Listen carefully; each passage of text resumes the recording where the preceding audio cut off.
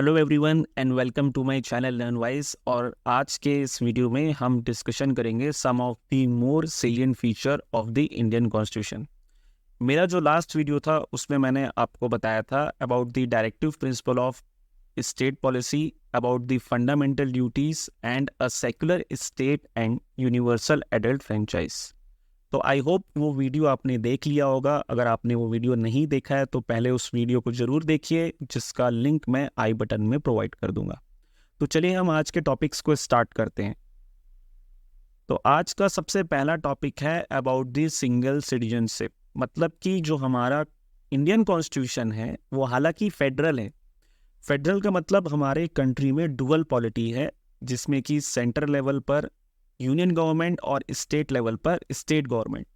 Government दो है, ठीक है, लेकिन जो सिटीजनशिप है वो सिंगल सिटीजनशिप है। मतलब कि हमारे जो कंट्री के सिटीजन्स हैं उनको एक ही सिटीजनशिप मिलता है, that is the Indian citizenship. हमारे जो सिटीजन हैं अगर वो किसी भी स्टेट में उनका जन्म हुआ हो, चाहे वो किसी भी स्टेट में रह रहे हो, उनको सेम सिटीजनशिप ही मिलेगा, that is the Indian citizenship. और उनके जो भी पॉलिटिकल और सिविल राइट्स जो होंगे वो पूरे कंट्री में क्या होगा, सेम ही होगा। तो इसको हम बोलते हैं सिंगल सिटीजनशिप। मतलब कि जो हमारा कंट्री है वहाँ के लोगों को एक ही सिटीजनशिप दिया गया है, अलग अलग सिटीजनशिप नहीं है। जैसे मान लो कोई अगर महाराष्ट्र का है तो उसका महाराष्ट्र का जो सिटीजनशिप वो अलग और इंडियन सिटीजनशिप अलग, ऐसा नहीं। एक ही सिटीजनशिप है, that is the citizenship of India. चलिए नेक्स्ट टॉपिक जो है हमारा वो है इंडिपेंडेंट बॉडीज। तो हमारा कॉन्स्टिट्यूशन जो है कुछ इंडिपेंडेंट बॉडीज का भी जो प्रोविजन है वो हमारे कॉन्स्टिट्यूशन में है, जिसमें से कुछ जो इम्पोर्टेंट बॉडीज हैं जैसे कि इलेक्शन कमीशन ऑफ इंडिया।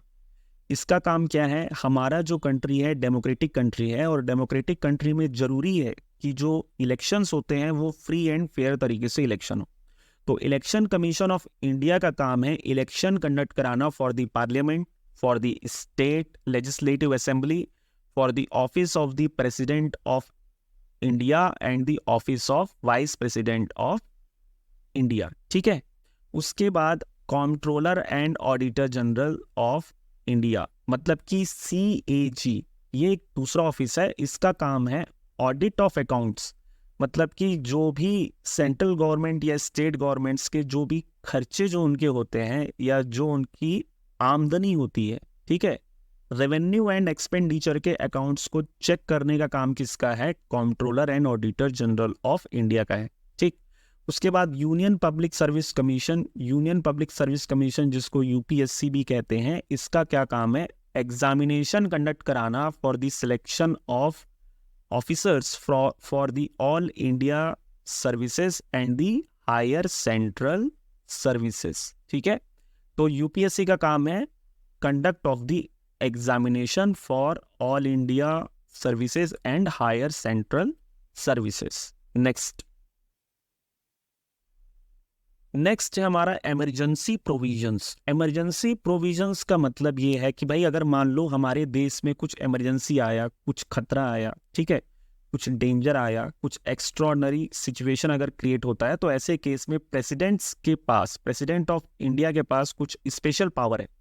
जैसे कि पहला है, जो प्रेसिडेंट ऑफ इंडिया डिक्लेयर कर सकते हैं नेशनल इमरजेंसी। अगर मान लो कोई वॉर होता है, कोई एक्सटर्नल एग्रेशन होता है या फिर आर्म्ड रिबेलियन अगर होता है, तो ऐसे केस में नेशनल इमरजेंसी लगाया जा सकता है on the basis of article 352।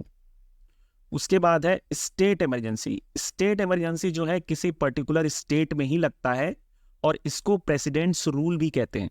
तो स्टेट इमरजेंसी लगाने के दो ग्राउंड्स होते हैं। तो पहला ग्राउंड होता है आर्टिकल 356। मतलब मान लो किसी स्टेट में अगर कॉन्स्टिट्यूशनल मशीनरी अगर फेल हो गया, मतलब कि जो स्टेट गवर्नमेंट है वो कॉन्स्टिट्यूशन के अकॉर्डिंग काम नहीं कर रहा है, तो ऐसे केस में उस स्टेट पे प्रेसिडेंट्स रूल लगाया जा सकता है अंडर आर्टिकल 356। अब जैसे कि 356 है, ये 5 और 6 को थोड़ा सा चेंज कर दो तो ये हो जाएगा 365।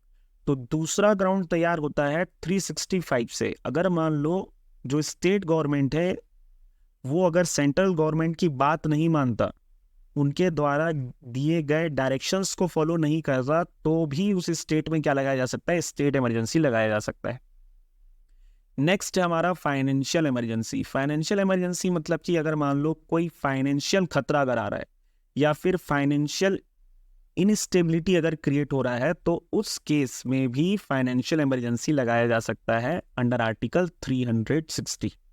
और जब भी कोई इमरजेंसी लगाया जाता है तो उस केस में जो सेंट्रल गवर्नमेंट है वो ज़्यादा पावरफुल हो जाता है as compare to the state government. और स्टेट गवर्नमेंट का जो कंट्रोल है वो किसके पास चला जाता है? सेंट्रल गवर्नमेंट के पास। ठीक है, चलिए नेक्स्ट हमारा जो टॉपिक है वो है 3 टियर गवर्नमेंट। मतलब कि हमारा जो कंट्री है उसमें जो कॉन्स्टिट्यूशन ने 3 लेवल्स पर जो गवर्नमेंट है उसको प्रोवाइड किया है।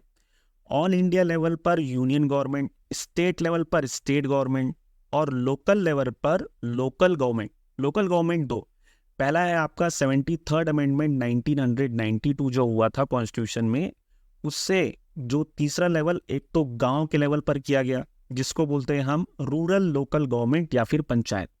और इसके लिए अलग से एक नया पार्ट ऐड किया गया कॉन्स्टिट्यूशन में, पार्ट 9, और एक नया शेड्यूल ऐड किया गया, शेड्यूल 11। तो जो शेड्यूल 11 है ये किससे रिलेटेड है? पंचायत से रिलेटेड या फिर रूरल लोकल गवर्नमेंट से रिलेटेड। नेक्स्ट, अब जो शहर का लेवल था तो शहर के लेवल पर म्युनिसिपैलिटी जिसको बोलते हैं अर्बन लोकल गवर्नमेंट, जो कि आया 74th अमेंडमेंट एक्ट 1992 से। और इसने भी एक नया पार्ट ऐड किया, वो है पार्ट 9A और शेड्यूल 12 इन दी कॉन्स्टिट्यूशन। ठीक है, तो इस वीडियो के लिए इतना ही था फ्रेंड्स। इसमें हमने बहुत ही ज़्यादा इंपॉर्टेंट टॉपिक्स को कवर किया। आई होप ये सारे टॉपिक्स आपको समझ में आ गए होंगे। अगर आपको समझ में आया तो भाई एक लाइक कर दो वीडियो को, और अगर ऐसे ही वीडियोस अगर आप मेरे से पढ़ना चाहते हो, सीखना चाहते हो, तो मेरे चैनल को सब्सक्राइब कर लो। मैं एक फ्री कोर्स चला रहा हूँ ऑन इंडियन पॉलिटी, जिसमें मैं इंडियन पॉलिटी के सारे टॉपिक्स को कवर करूँगा। ये जो प्रेजेंटेशन मैंने अगर अभी दिखाया वो प्रेजेंटेशन आप देखना चाहते हैं तो उसका जो लिंक है मैं वीडियो के डिस्क्रिप्शन में प्रोवाइड कर दूंगा, और जो प्लेलिस्ट है free course on Indian polity उसका भी लिंक आपको डिस्क्रिप्शन में देखने के लिए मिल जाएगा। So thank you very much for listening and have an awesome day ahead.